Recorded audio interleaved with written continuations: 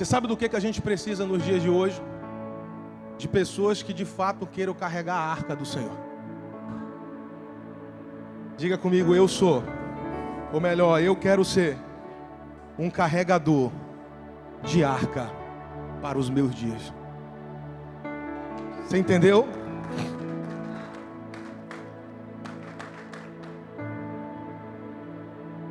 Porque é muito difícil. Não é fácil carregar a presença de Deus. É fácil a gente carregar problema, é fácil a gente carregar, é mais cômodo, né? A gente parece que fica impregnado no nosso coração, na nossa mente, as mágoas, as angústias, as dores, as feridas. Porque no meio dessa caminhada a gente vai se ferir, a gente vai se frustrar. Seu irmão vai te decepcionar, o irmão que está do seu lado, está na frente, seu pastor muitas vezes vai te decepcionar. E você escolhe. Hoje, nessa manhã, Deus ele vai nos dar a opção de carregar a arca ou carregar mazelas.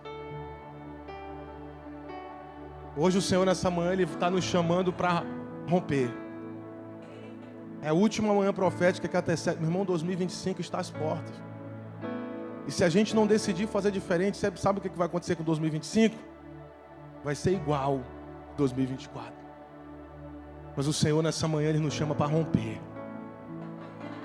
3 pessoas entenderam. O Senhor, nessa manhã, nos chama para romper. É o ano de romper, é o ano de romper na presença do Senhor. Deus, quando Ele chamou Moisés, Ele deu uma visão para Moisés. Quantos aqui estudaram ali no livro de Êxodo, Números, lembra lá da escola dominical? E Deus, Ele queria habitar no meio do povo, e o povo queria que Deus habitasse no seu meio, um povo que vinha da escravidão do Egito. E Deus, Ele disse para Moisés, o que Ele disse? Constrói o quê? O tabernáculo. E dentro desse tabernáculo, o Senhor, Ele deu milimetricamente, no detalhe, como Moisés deveria construir o tabernáculo. Sim ou não, irmãos? Deus deu um detalhe. Deus Ele deu o detalhe dos utensílios. Se você ler lá no livro de Números, Deus Ele deu o detalhe de todas as coisas. E tinha um determinado local aonde a arca ficava. Aonde era que essa arca ficava? No Santo dos Santos. Diga comigo, no Santo dos Santos. Lembra, para você não esquecer, lembra daquela música? No Santo dos Santos. Então a arca, ela ficava no Santo dos Santos. Não era qualquer pessoa que podia pegar na arca. E naquela arca habitava o quê? O que simbolizava a arca? A presença do Senhor, a presença de Deus. Então Deus, Ele descreveu para Moisés como que tudo ali no tabernáculo deveria estar representado. E no meio de tudo isso, Deus iria caminhando com o povo de Israel rumo à terra prometida. E quando o povo ele tinha que desarmar o acampamento, porque aquele tabernáculo ele era montado, então ele era removível, né? Você podia tirar o tabernáculo do lugar e deslocar o tabernáculo para outro lugar. Mas a forma como eu tocava na arca não podia ser de qualquer jeito. Quem está entendendo, diga amém. Irmão, existia todo um preparo para tocar na arca.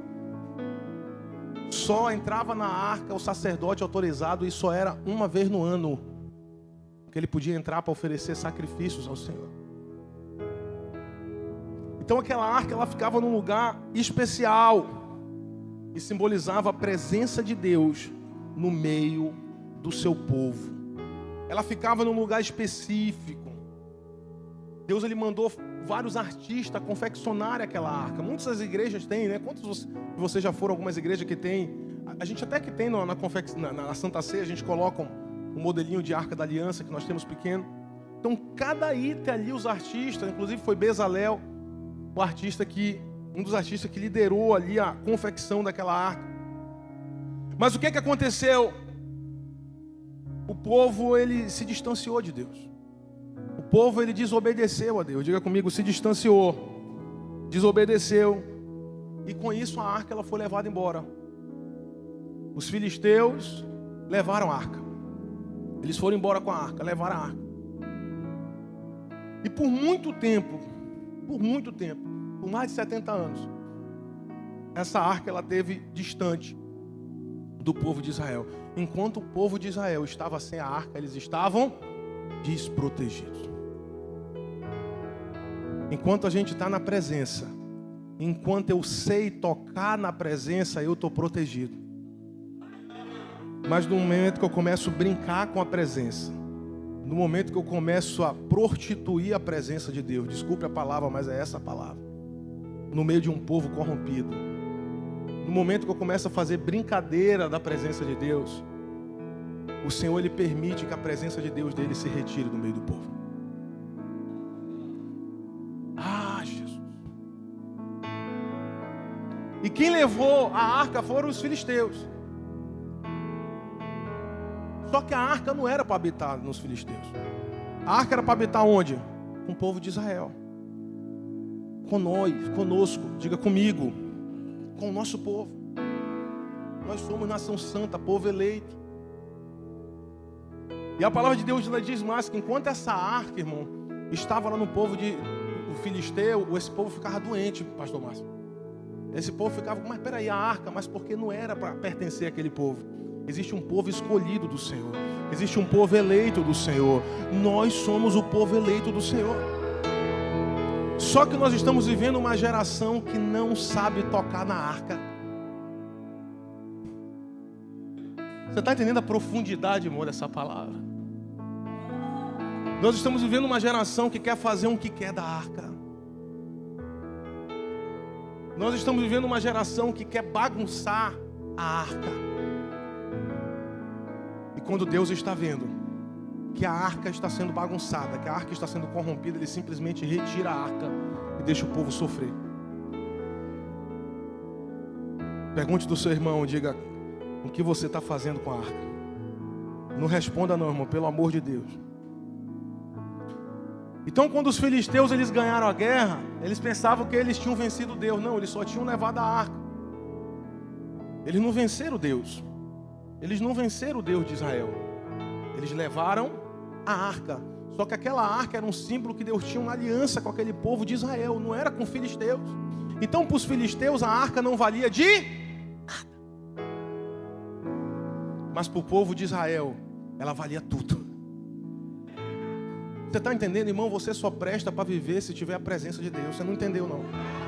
Não adianta você querer dar uma de soberbo. Não adianta você querer dar uma de que, porque eu estou na prova, eu tenho que cuidado. Porque sem a arca, sem a presença, você não é nada. Não é nada.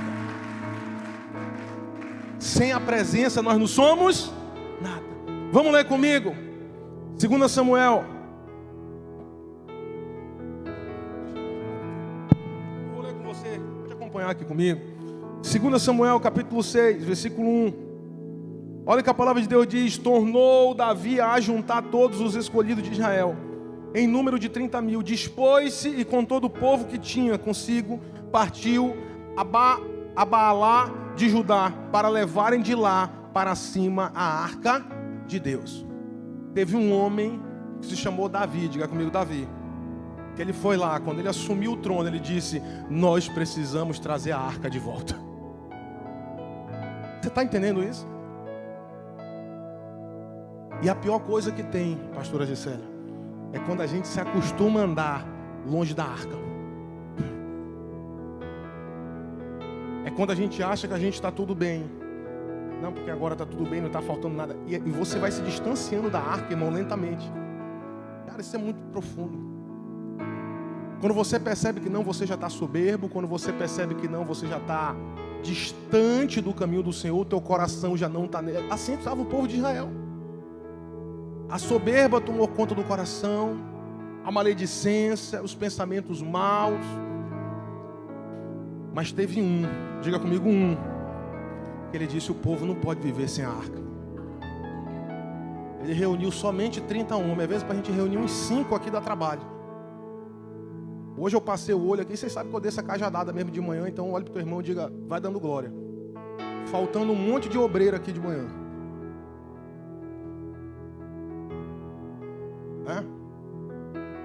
O que eu estou fazendo com a arca? Qual é a prioridade? Porque uma das primeiras coisas que quando Davi assumiu um trono, sabe o que é que ele fez? Manda buscar a arca de volta, porque eu não aguento viver sem a arca. Manda buscar a arca de volta. Muitas vezes a gente quer viver cheio de apetrecho. Eu mando buscar tudo, menos a arca. Às vezes eu coloco um monte de condição, né? Um monte de condicionante para eu servir a Deus, menos a arca. Menos a arca. 2 Samuel capítulo 6, ele disse assim, olha lá. Dispôs com todo o povo que tinha consigo, ele partiu, né? Sobre o qual se invoca o nome do Senhor, Deus dos exércitos, que se assenta acima dos querubins. Puseram a arca num carro novo e levaram da casa de Abinadab, diga comigo, Abinadab, que estava no outeiro, e Uzá e Aiô. Repita esse nome, irmão, que você nunca mais vai me se esquecer na sua vida. Diga comigo, Uzá. Só esse, o outro não, irmão. Uzá era filho de quem? De Abinadab. Guiavam o carro novo, levaram-no com a arca de Deus da casa de Abinadab, que estava no outeiro. E Aiô tinha 2 filhos, Abinadab era o pai, Aiô e Uzá eram filhos. Eles iam adiante, Aiô ia adiante da arca. Davi e toda a casa de Israel alegravam-se perante o Senhor com toda sorte de instrumento. Davi ia lá, Aiô ia lá cantando, levando irmão, tinha todo uma formalística. Tinha todo um procedimento, irmão. Irmão, como é que você era louco? Você não podia tocar na arca, senão a pessoa morria. Tinha todo um procedimento para se tocar na arca do Senhor. Aí a palavra de Deus diz assim, que Davi e toda a casa de Israel alegravam-se. Davi estava lá dançando, ó, com toda sorte de instrumento, com harpas, com saltério, com tamborins, com pandeiro, com símbolo. Quando chegaram à eira de Nacon, estendeu Uzá a mão. Ele achou que ele podia tocar na arca. Uzá, ele foi lá e ele disse, não, E você sabe, quando eu comecei a ler aqui, comecei a entender, você sabe o que aconteceu com Uzá? A arca estava aproximadamente quase 70 anos na casa de Abinadab. Eu imagino que essa arca, ela tinha se tornado, sabe quando você compra um negócio e deixa esse negócio lá, que nos primeiros dias você dá importância, depois você joga lá, joga no sótão, joga no... Então, essa arca fazia 70 anos que estava lá. E eu fico conjecturando, imaginando que Uzá caminhando, ele disse, essa arca já está lá em casa. Eu já vejo essa arca há quase 70 anos. Deixa que eu arrumo ela. Deixa que eu coloque a mão de qualquer jeito na arca. Quem está entendendo, diga amém. Ele perdeu a essência. Deixa que eu coloque a mão. Deixa que eu canto de qualquer jeito. Deixa que eu toco de qualquer jeito. Não queira tocar nas coisas que são santas de formas impuras.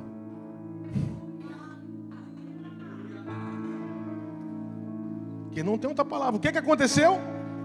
Ele colocou usar a mão na arca de Deus e segurou a arca. Segurou na arca. Porque os 2 bois tropeçaram. Então a ira do Senhor se acendeu contra Uzá, e Deus o feriu ali por esta irreverência. E o que aconteceu com ele? O que aconteceu com ele? Morreu. Então nessa história desse capítulo que nós vamos ler todinho, nós vamos encontrar 4 personagens. Primeiro que a gente vai falar que é Uzá. Então, todos que conhecem a Deus, eles precisam estar prontos a servi-lo com temor. Diga comigo, temor. Mais forte, temor e honra. São 2 coisas que faltou para Uzá. Fazia quantos anos, irmão, que Uzá não via essa arca na casa dele? Talvez essa arca já tinha se tornado um instrumento de decoração. Na hora que Davi chegou, ele disse, eu vim buscar a arca. Talvez para Uzá não simbolizava muita coisa, mas para Davi era tudo. Então você não entendeu não, para Davi aquela arca era tudo.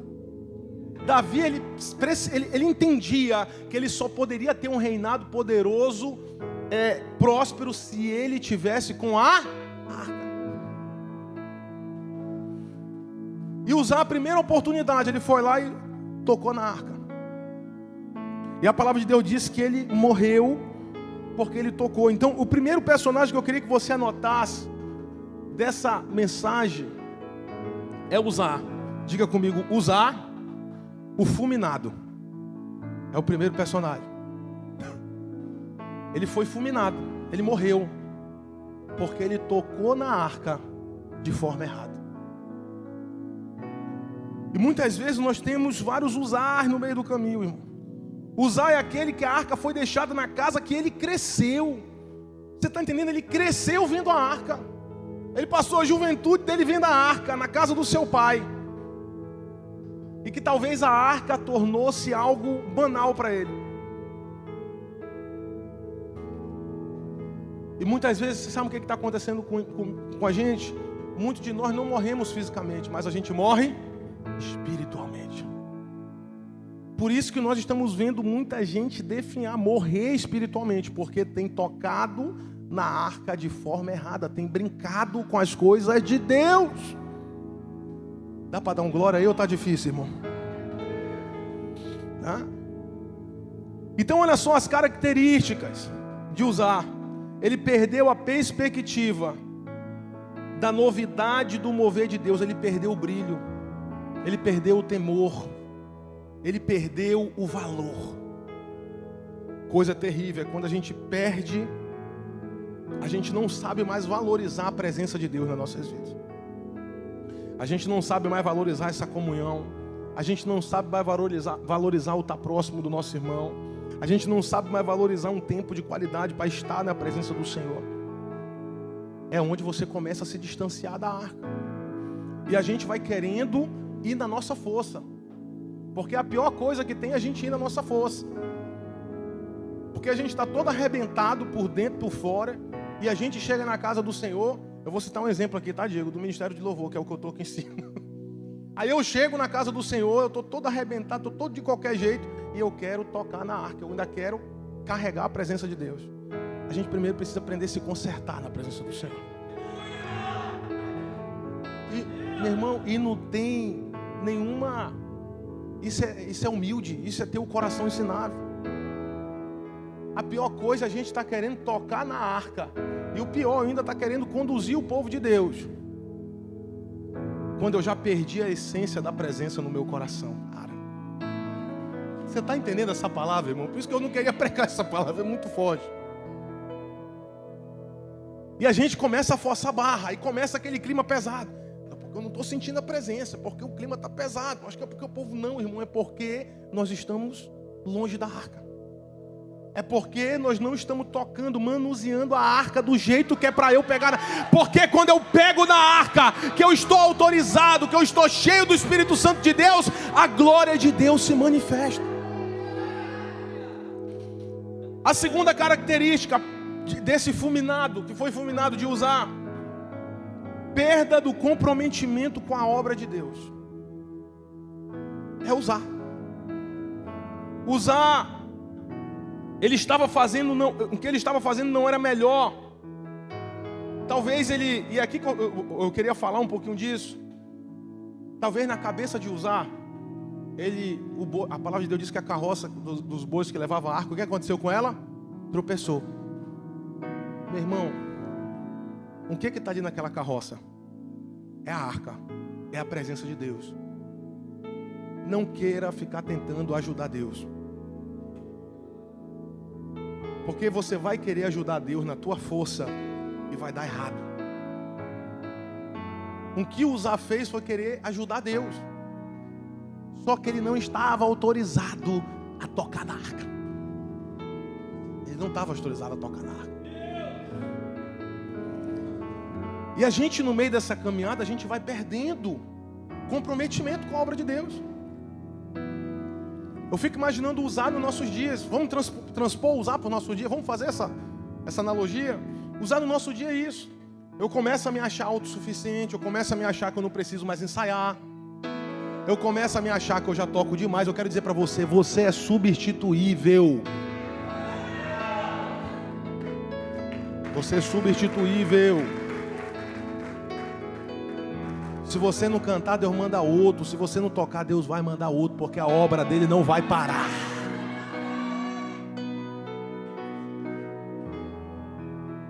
Posso continuar, irmão? Já pode parar. Ah, pastor, porque meu dízimo é o mais alto. Deus manda outro. Deus manda outro. Manda outro, irmão. E eu te garanto, a obra do Senhor não vai parar. A central da adoração é prova disso. eu vou perdendo o comprometimento. Tudo eu vou começando a colocar dificuldade. Eu reclamo porque tem uma manhã profética, eu reclamo porque tem um culto de quarta-feira, eu reclamo porque tem domingo. Se me convido para uma confraternização, eu começo a perder o senso de valor da presença do Senhor. Você está entendendo? Isso também é transferível para o convívio familiar. Quando você começa a perder o prazer de estar com seus filhos, o prazer de estar com a sua esposa, o prazer de levar a sua esposa para tomar um sorvete, tudo se torna cansativo, tudo se torna um enfado. Perca é o manuseio da presença. Você está manuseando a presença de Deus errada na sua vida. Terceira característica de usar a perda do zelo com o melhor. Eu só sei entregar o pior. Eu só sei, tudo que eu entrego para o Senhor é o meu cansaço. Tudo que eu entrego para o Senhor são os pedaços. São os pedaços, é o meu cansaço.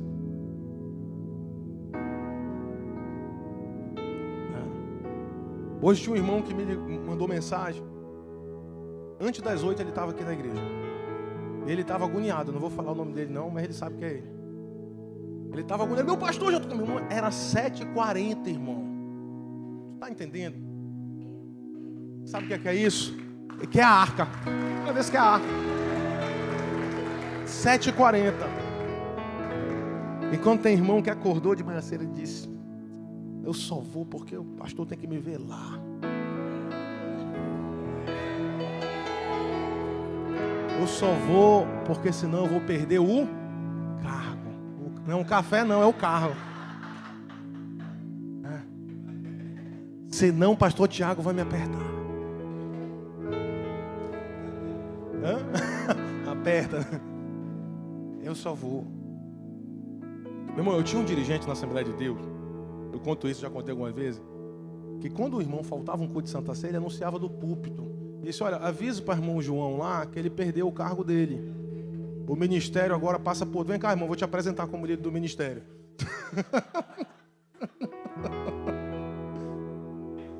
E nunca parou a igreja. Hoje ele é pastor de área da Assembleia de Deus. Esse homem me lapidou, viu? Eu peguei tanta peia desse homem. Mas, rapaz, eu já contei esse testemunho aqui. Meu amigo, ele pegava a banda, ele mandava a banda parar e ficava cantando sozinho o culto todo, poderoso Deus, do início ao fim. Ele falou: vamos orar, todo mundo vai se consagrar. Desce todo mundo. Daí, Janderson, Ré maior, poderoso Deus, a gente ficava lá tocando no final do culto todinho. E a glória de Deus descia. E a gente muitas vezes insiste, tem todo, né, um aparato, um monte de coisa. É lindo, mas não adianta ser lindo e não ter a presença.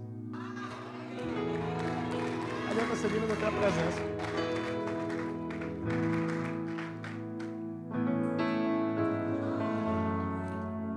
Perda do zelo. Olha para o seu irmão e diga: não perca o zelo.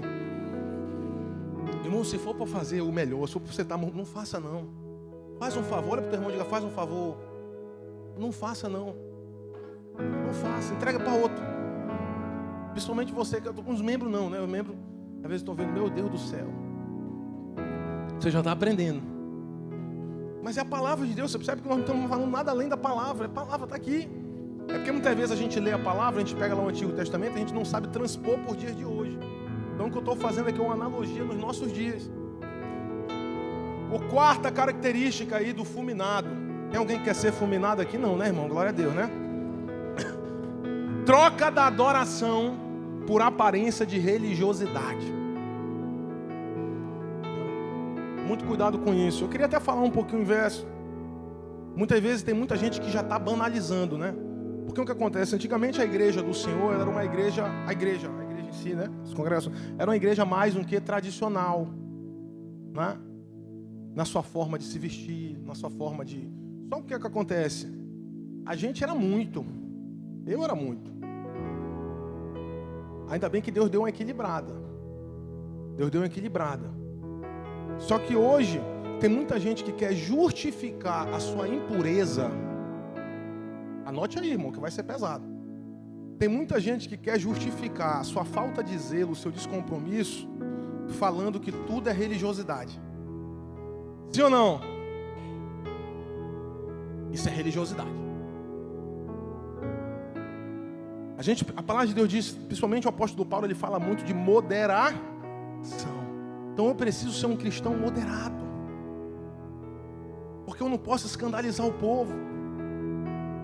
Eu não posso escandalizar o povo. Cada igreja com a sua essência, cada ministério do seu jeitinho, né? Cada pastor vai educando a igreja numa cultura direitinho. E não tem nada errado nisso. Mas eu preciso, como cristão, tomar muito cuidado para não entrar nessa vertente.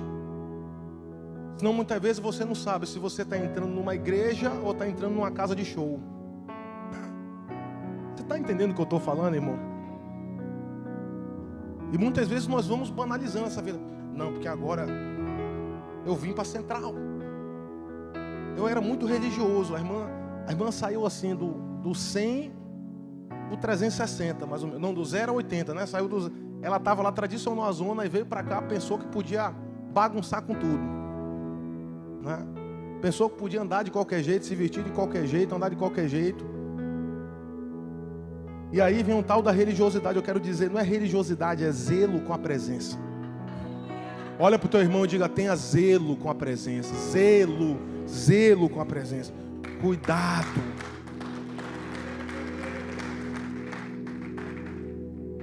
Zelo. Dá uma benção aí, irmão. Esse é bom, esse é gostoso de falar. Diga glória a Deus. Isso, beba um copo d'água aí. Segundo personagem, diga Obed-Edom. Ah, que homem, cara. Obed-Edom. Aí olha só. Morreu Uzá, foi fulminado. Versículo 8.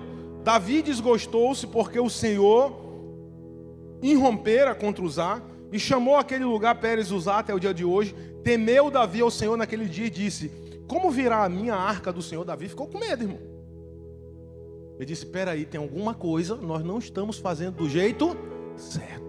Nós não estamos carregando a arca da maneira correta. Tem alguma coisa errada, irmão. Acho que os pau aqui que carregam a arca estão de atravessado. Algum conselho que Deus liberou, esses homens não estão sabendo fazer. Então é o seguinte, vamos para tudo. Às vezes na presença do Senhor assim, para tudo. Olha para o seu irmão e diga, chegou a hora de você dar um pause. Pausa para a gente refletir. O que a gente está fazendo? Aí Davi disse, para tudo. Davi não quis retirar-se para junto de si a arca do Senhor, para a cidade de Davi, mas fez levar a arca à casa de Obed-Edom. Versículo 11. Ficou a arca do Senhor em casa de Obed-Edom, o geteu, por 3 meses. Diga comigo, 3 meses. Diga mais forte, 3 meses. Meu irmão, foi 3 meses de bênção poderosa de Deus sobre a vida dela. Você não tem noção. Olha o que a Bíblia diz aqui. Lá no versículo 12. Disseram ao rei Davi. Versículo 12. O Senhor tem abençoado a família de Obed-Edom e tudo que ele possui por causa da arca. Por que Obed-Edom foi abençoado? Por causa da... Diga para o seu irmão, diga por causa da arca. Diga a arca, a presença te prospera. A presença. Olha a diferença, irmão. Um leva a arca para casa e ninguém morre. Pelo contrário, todos são abençoados. Por quê? Obed-Edom, eu imagino Obed-Edom quando ele estava recebendo a arca na casa dele. Ele deve ter chamado os filhos. Ele chamou os filhos e disse, olha, isso daqui, ele foi contar a história, o que representava a arca, como é que deveria conduzir a arca, como é que eu devia tocar na arca. Ele disse, não pega nessa arca, a gente precisa de um procedimento, a gente precisa... Você está entendendo, irmão? É Obed-Edom. E a palavra de Deus diz que toda a casa dele foi abençoada. Eu quero profetizar. Ei, você vai sair daqui carregar. Levanta a mão pelo amor de Deus, irmão. Não sei que você esteja com algum problema no teu braço. Eu quero profetizar. A presença que você vai receber daqui hoje vai encher o teu coração. E toda a tua casa, teus filhos, a tua geração, o teu bairro vai ser abençoado.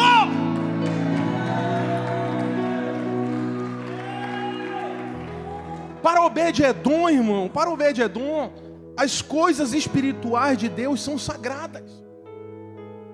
São sagradas. Vale a pena. Obed-Edom sabia que ele corria um risco, sim ou não? Corria um risco. Vai que alguém da sua casa, irmão, dá uma pisada na bola e pega na arca errada e toca na arca errada. O que acontecia? Ia ser fulminado também. Então eu quero dizer para você, carregar a presença de Deus vai trazer risco para você, mas vai valer a pena. As pessoas vão ser incendiadas, muitos vão se afastar, porque muitos não suportam a presença de Deus, porque a luz não se une com as trevas. Então vale a pena correr o risco para desfrutar da presença de Deus. Quem quer correr esse risco comigo, diga amém. A honra, irmão, diga comigo, a honra, grave isso, é mais importante do que o sacrifício. Tem muita gente que se sacrifica demais e honra pouco, porque a honra, ela vem do fundo do coração. Tem muita gente que se sacrifica demais. Eu faço, eu sou muita aparência. Mas a honra, ela vem do profundo do coração. Diga comigo, a honra é mais importante do que o sacrifício. A honra é mais importante do que o sacrifício. Aleluia. O problema, grave isso, se você quiser anotar, grave essa frase. O problema não é a arca, irmão. Porque para muitos nessa hora que o Uzá morreu, disseram, cara, a arca é o problema, bora se livrar dessa arca. Eu imagino os camaradas, estavam 30 mil homens. Você imagina os outros que esses homens ficaram com medo. Vamos se livrar dessa arca. O problema não é a arca, o problema é quem hospeda a arca. O problema é quem guarda a arca. Ou seja, o problema somos nós. Diga comigo, eu não sou problema, meu pastor. Eu sou armazenador da presença de Deus. Eu sou um carregador da arca de Deus. Eu sou um homem cheio da presença de Deus.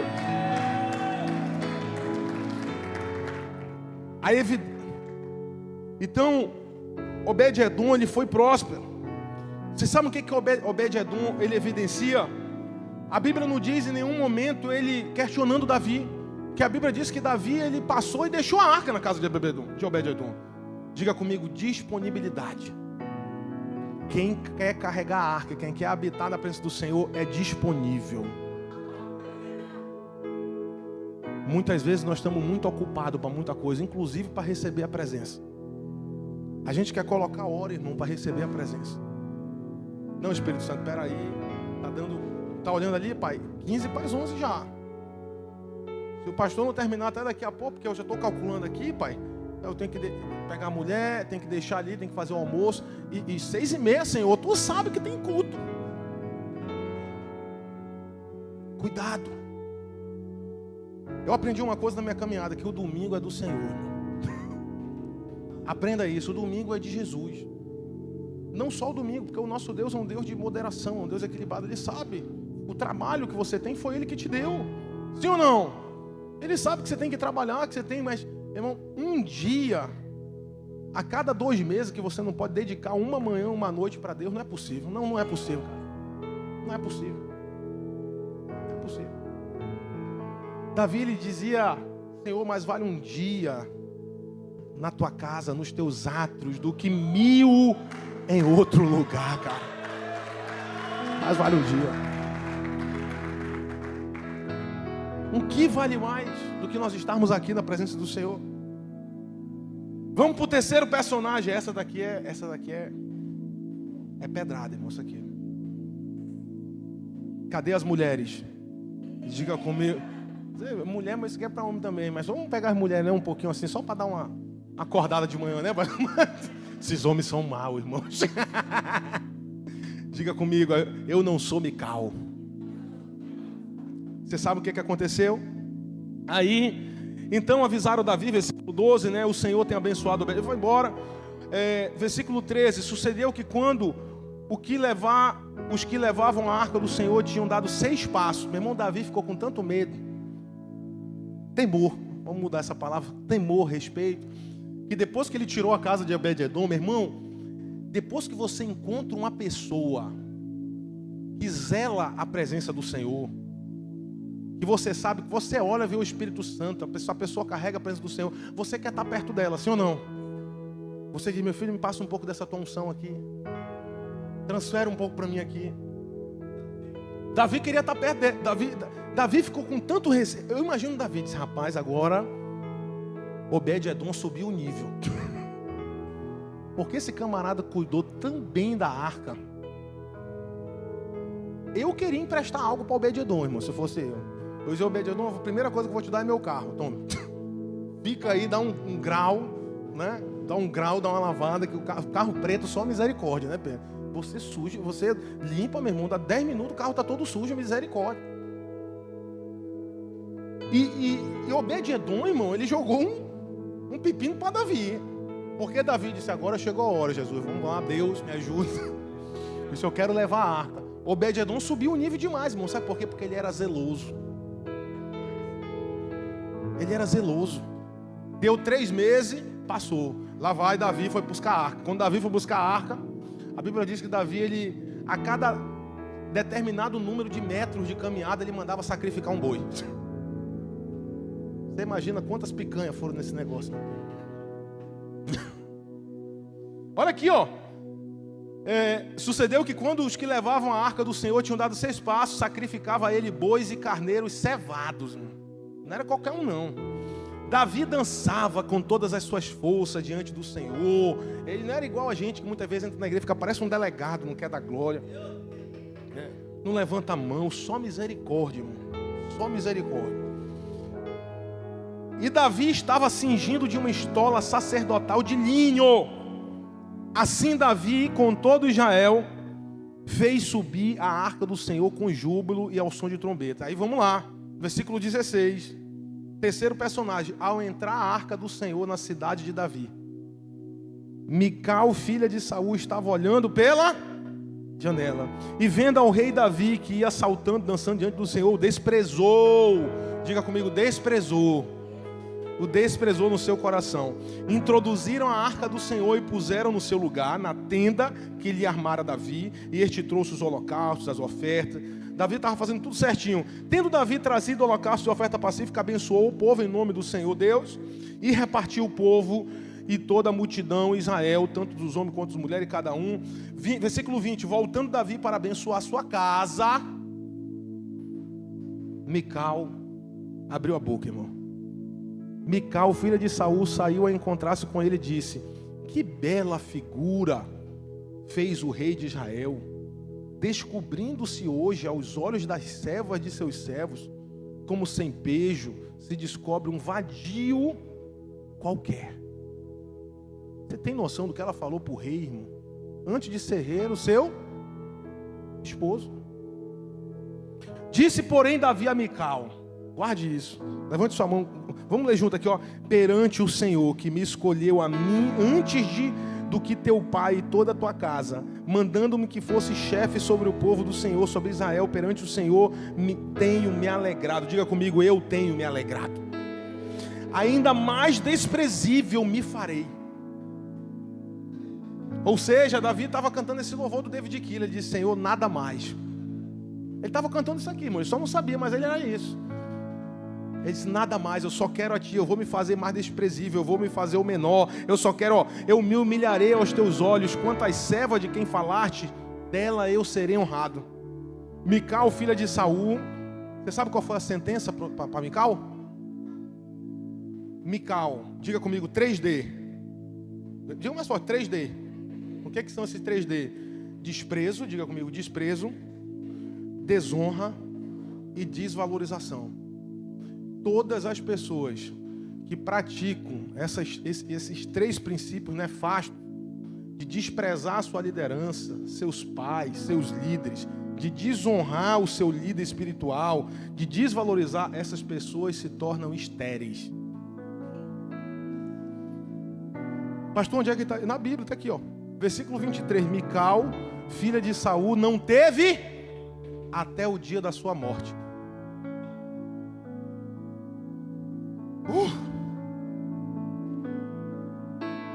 Então, e ainda teve mais.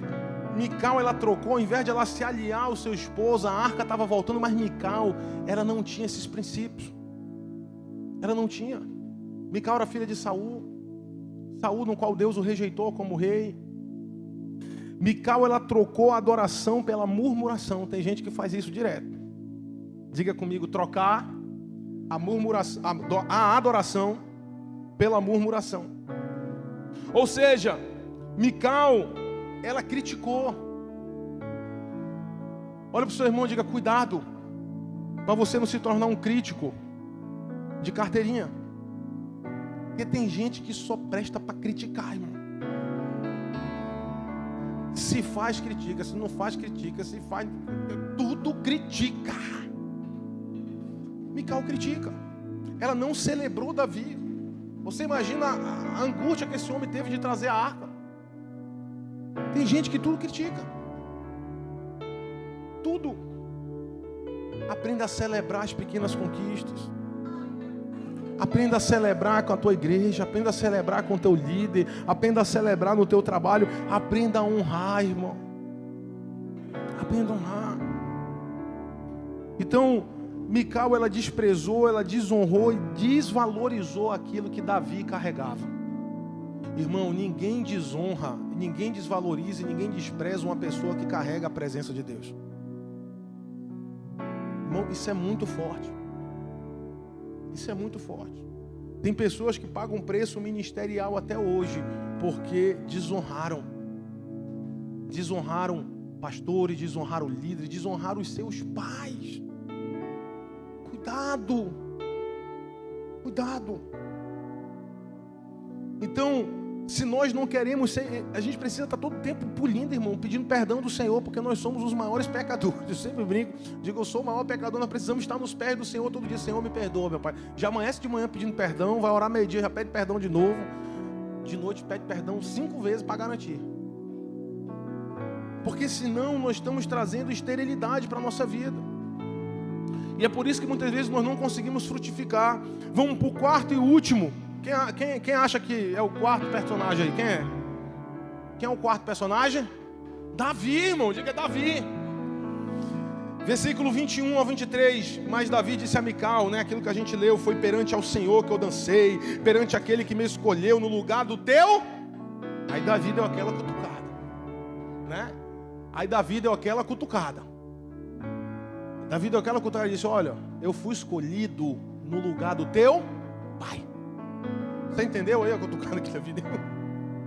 Que era para ela entender que Davi, ele carregava uma essência diferente. Atos capítulo 13, versículo 36 diz assim, tendo pois Davi servido ao propósito de Deus em sua geração. Olha o que acontece, irmão, com quem serve ao propósito de Deus em sua geração. Vamos repetir isso? Diga comigo, diga eu quero, Senhor Jesus, servir ao teu propósito para a minha geração.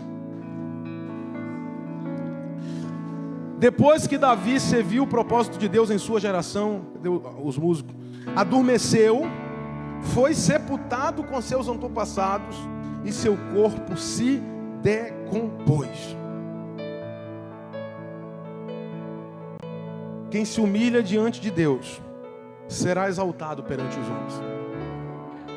Diga comigo, quem se humilha diante de Deus será exaltado perante os homens.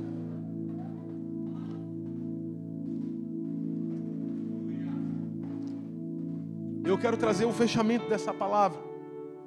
Nunca tenha vergonha, meu amado, de se expor em nome do Senhor, porque como nós falamos, quem carrega a presença carrega risco. Você tem risco por carregar a presença do Senhor. Quantas amizades você já não teve que romper, né? Teve gente que já teve que sair até de trabalho, irmão, por causa do risco da presença do Senhor, porque não estava conseguindo. Mas eu quero te dizer que vai valer tudo a pena. Vai valer a pena, irmão. Vai valer a pena. Jamais deixe de se humilhar diante do Senhor. Você sabe o que o Davi disse? Olha, eu estou fazendo desse jeito, e se precisar eu ainda vou me humilhar ainda mais. Se precisar eu ficar deitado aqui tocando, eu vou fazer ainda mais, eu vou me humilhar. E muitas vezes a gente tem vergonha, meus irmãos, de levantar as mãos, de adorar o Senhor, de se expressar diante da presença do Senhor. Então quero convidar você nessa manhã, se expresse, levante a mão, dê um brado de vitória para Ele, dê um aleluia, mas dá um sinal de avivamento para Deus nessa manhã. Dá um sinal. Nós aprendemos um quê, meu amado? Que a busca da intimidade nos traz bênção, mas a busca da bênção, ela não traz intimidade. Buscar intimidade com Deus, o secreto com Deus, vai trazer a bênção. Mas eu só andar correndo atrás de bênção, não vai gerar intimidade. Essa mensagem nos mostra que nós precisamos pedir algo que possa sustentar o fogo de Deus.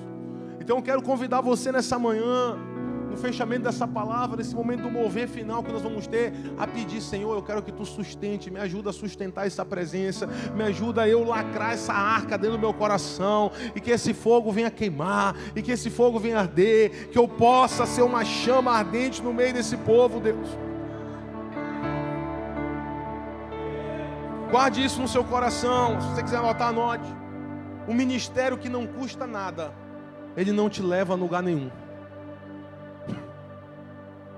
Um ministério que não custa nada, não custa nem uma dorzinha, nem uns cabelos brancos, não perdeu nada ainda, ele não vai te levar a lugar nenhum. A glória de Deus, meu amado, ela está disponível para aquele que quer receber essa glória e entregar ao mundo essa glória. A glória de Deus está disponível, nós podemos acessar ela para impactar outras vidas. Olha para o seu irmão, coloque a mão no ombro dele e diga assim, diga: receba essa glória de Deus que eu carrego. Diga: receba, receba, seja impactado pela glória de Deus. Aleluia. Olha o que diz Efésios capítulo 2, versículo 7. Porque somos criação de Deus realizada em Cristo Jesus para fazermos boas obras, as quais Deus preparou antes para nós praticarmos. E eu pergunto, fecho com uma pergunta nessa manhã: que tipo de servo somos nós? Nós temos 4. Temos 4. Diga comigo: 4. Nós temos Uzá, o fulminado. A gente tem Obed-Edom, que é o próximo. Começou a melhorar, pastor. Nós temos Mical, que é a estéril. E nós temos Davi, que é o aprovado. Que tipo de servo nós queremos ser? Qual o tipo de servo? Qual o tipo de obreiro? Qual o tipo de pastor? Qual o tipo? Nós precisamos sair daqui com a cabeça chacoalhando, irmão. Chacoalhando. Essa mensagem vai te incomodar a semana todinha. Porque nós não podemos, nós precisamos sair da esterilidade. Nós precisamos entender que a presença de Deus é tudo que nós temos. É tudo que nós temos. Você sabe o que é que eu vejo? Está sendo gravado, é bom que seja gravado mesmo. Eu quero liberar uma palavra profética sobre a nossa igreja, sobre a nossa nação, sobre Manaus. Meus amados, nós vamos viver nos últimos dias, nesse próximo mês, um avivamento tão poderoso na nossa nação. Só que esse avivamento que vai ser derramado sobre a igreja de Manaus, de Brasil, da Central, é um avivamento para aqueles que querem carregar e hospedar a presença do Senhor. Porque para aqueles que querem receber só um vento da presença, eles vão receber e no outro dia vão se esvaziar. Mas eu quero declarar, aqui tem hospedeiros da presença do Senhor. Meu amado, você é um hospedeiro, você vai hospedar a arca do Senhor na sua casa. Você vai hospedar a arca do Senhor na sua casa. Ei, eu quero liberar uma palavra profética para você. Levante a tua mão para o céu, pelo amor de Deus. Chegou um novo tempo para a tua geração, meu filho. Chegou um novo tempo para a tua família. Chegou o tempo de você ser um Obed-Edom. Chegou o tempo de você ser um Davi. Sai da caverna! Se coloque de pé, se coloque de pé. Meu Deus do céu, já tem gente que está cheia do poder de Deus.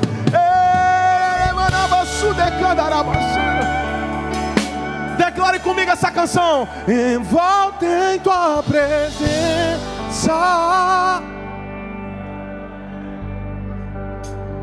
aos aos teus pés. Onde eu quero estar. Declare isso.